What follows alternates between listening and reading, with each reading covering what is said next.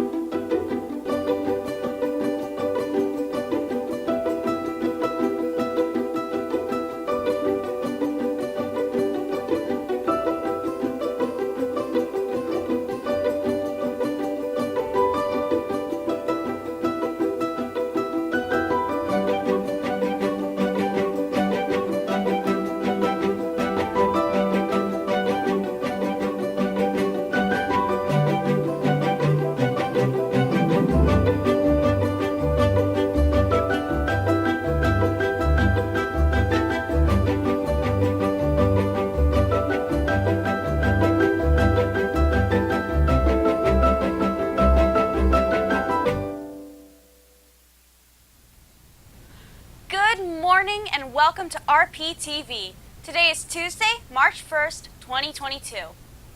Today marks the beginning of Women's History Month, a time to reflect on the contribution of women in America's history. So, let's go back to the beginning to see how it all started. Callie has that report. Women's History Month is a celebration of women's contributions to history, culture, and society and has been observed annually in the month of March in the United States since 1987. Women's History Month is dedicated to reflecting on the often overlooked contributions of women in the United States history. From Abigail Adams to Susan B. Anthony, Sojourner Truth to Rosa Parks, the timeline of women's history milestones stretches back to the founding of the United States.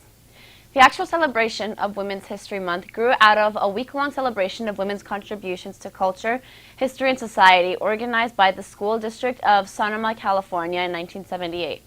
Presentations were given at dozens of schools. Hundreds of students participated in a Real Woman essay contest, and a parade was held in downtown Santa Rosa. A few years later, the idea had caught on within communities, school districts, and organizations across the country. In 1980, President Jimmy Carter issued the first presidential proclamation declaring the week of March 8th as National Women's History Week. The United States Congress followed suit the next year, passing a resolution establishing a national celebration. 6 years later, the National Women's History Project successfully petitioned Congress to expand the event to the entire month of March. The National Women's History Alliance designates a yearly theme for Women's History Month. The 2022 theme is Women Providing Healing, Promoting Hope. This theme is both a tribute to the ceaseless work of caregivers and frontline workers during this ongoing pandemic, and also a recognition of the thousands of ways that women of all cultures have provided both healing and hope throughout history. In 1 week, New Jersey schools will have the option of removing the mask-wearing requirements in school buildings, as well as on school buses. Let's go to Julian for the details. New Jersey is set to lift the mask mandate in a week. They are now deciding to lift the mask mandate on buses March 7, 2022. If schools are comfortable and willing, they are able to drop masks, but it's still recommended to wear masks until it is lifted throughout the state. The U.S. Centers for Disease Control and Prevention announced new mask guidelines in areas where the positive tests are declining or able to drop the mask. They don't have to wear masks indoors, including in schools. Well, all counties in New Jersey fall into this category, meaning we don't have to wear masks indoors. The CDC will not require masks on buses operated by public or private schools. This doesn't change mask mandates on transit buses, trains, aircrafts, or inside door transit facilities. Some districts have announced that they will go mask optional on buses this week. State Senator Joseph Pacino, Republican Morris, argued that Murphy should follow the CDC's guidance and drop the mask immediately rather than waiting a week.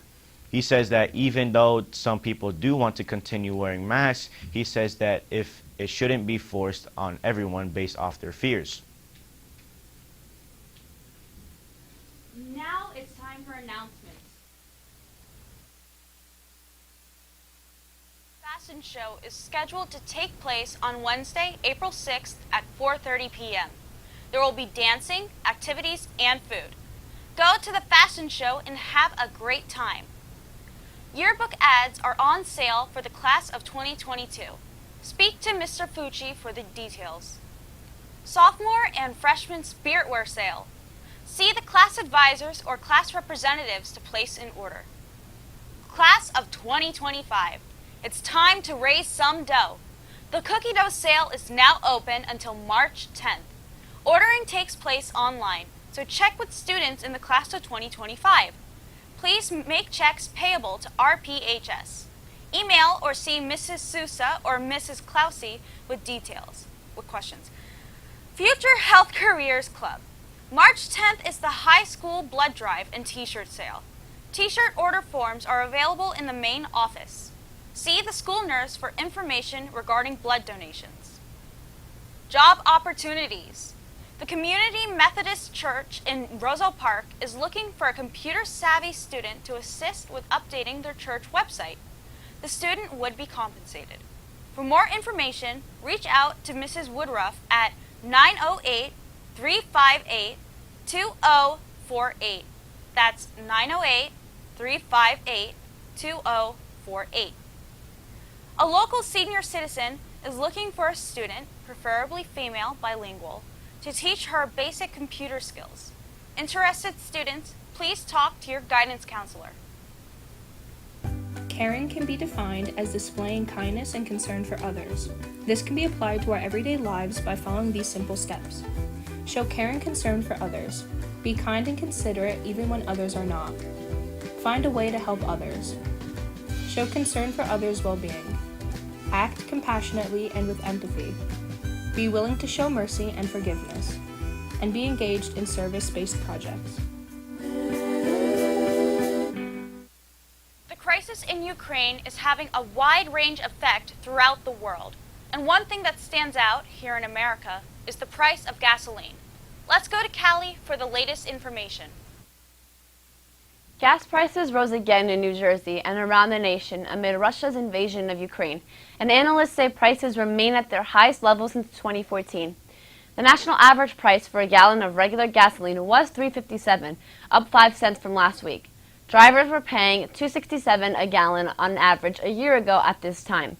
Russia is one of the world's leading oil producers, behind only the United States and Saudi Arabia, and analysts say a decision to withhold their oil from the global market in retaliation for financial sanctions imposed by the United States and its allies would eventually mean higher gas prices for the U.S. drivers.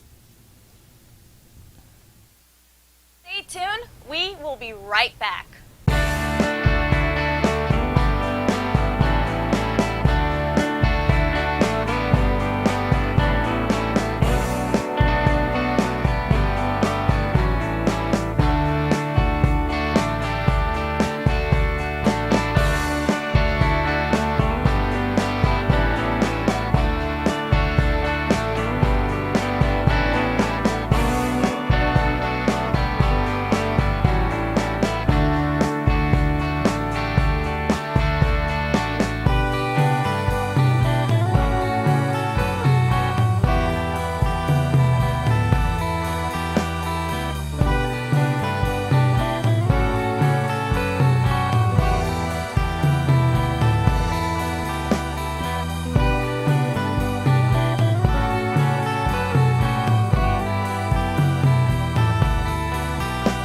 Thanks for watching, have a great day, and stay tuned for CNN 10.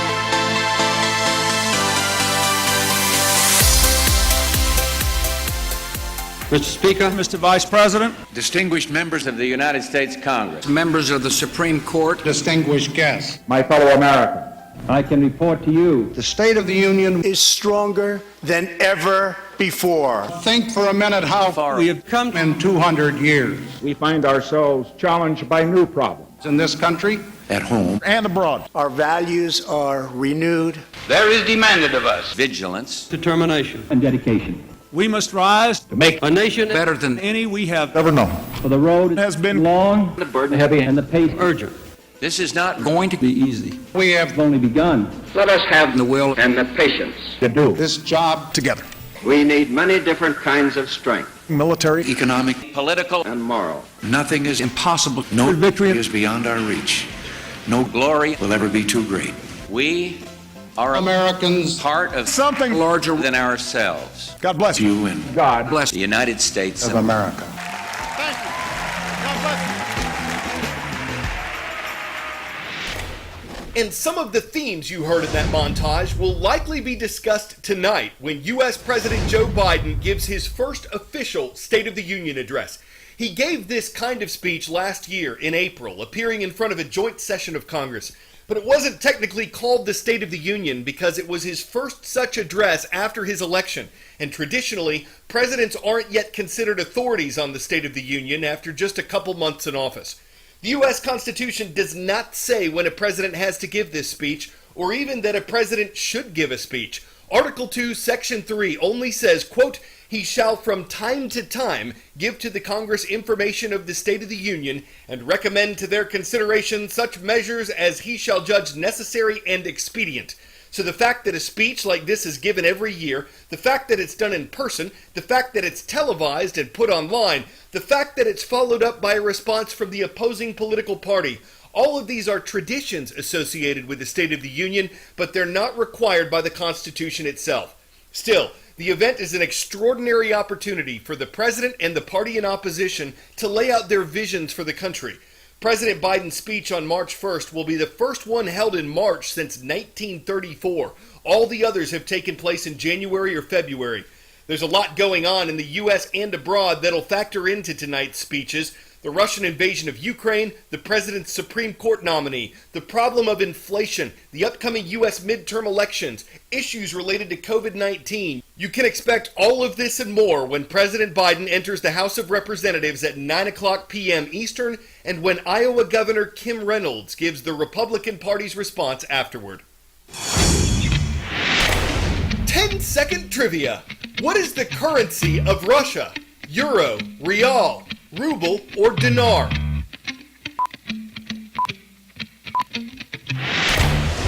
The ruble is the official currency of Russia and Belarus.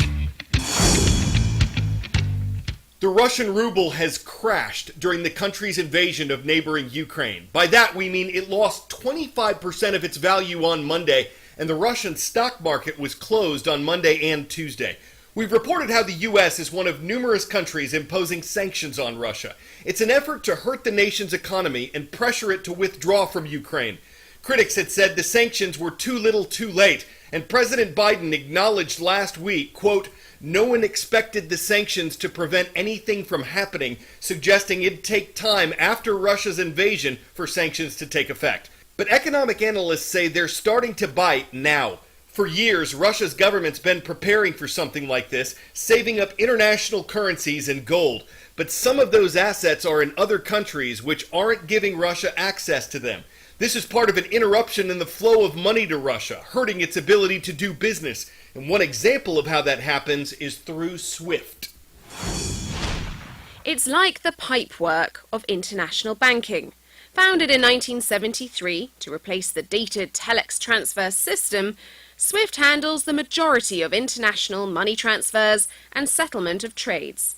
It's short for Society for Worldwide Interbank Financial Telecommunications and now connects over 11,000 financial institutions. Removing Russia from SWIFT would make it extremely difficult for financial institutions to send money in or out of the country, delivering a sudden shock to Russian companies and their foreign customers. Kicking Russia out of SWIFT was considered in 2014 in response to the annexation of Crimea. At the time, former Russian Finance Minister Alexei Kudrin estimated that the expulsion could shrink the country's economy by 5%. And it's not just Russia that would be affected.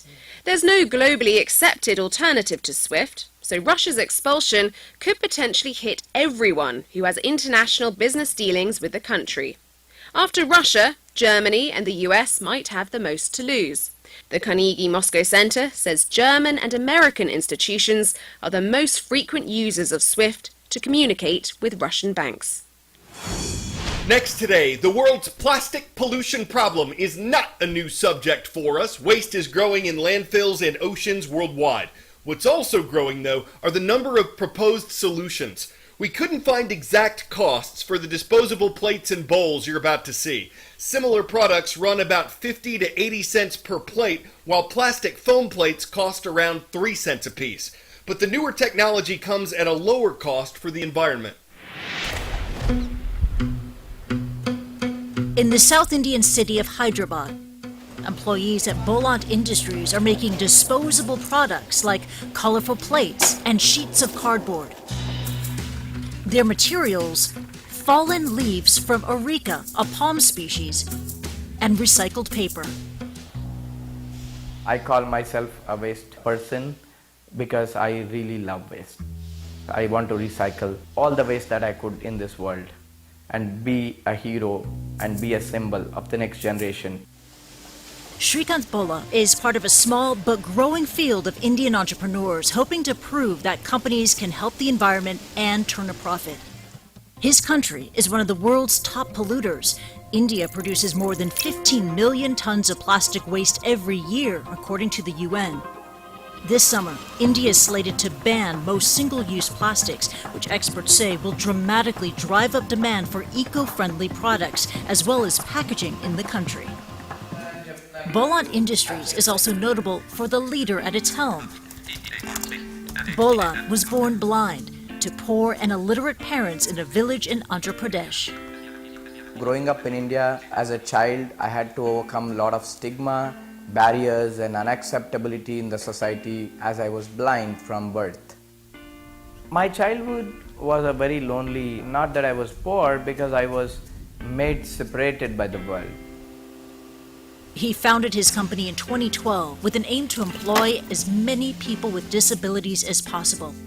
Like Kavala Krishnaya, whose legs are not fully formed due to polio. His job is to make disposable plates and bowls at Bolan's manufacturing unit. Our core vision is to employ as many people as possible who are at the margins of the society. We want to empower this big stream of people who are in many millions. The company currently employs around 400 people, a quarter of whom have disabilities, Bola says. The MIT graduate says his products are currently sold to around 200 small and medium enterprises across India, such as restaurants. Sight is just for the eye and not for the vision of the mind. So if you have vision, sight cannot do anything. If you have strong passion, willpower and confidence in your mind and soul, I'm sure your physical disability can never stop you from achieving success.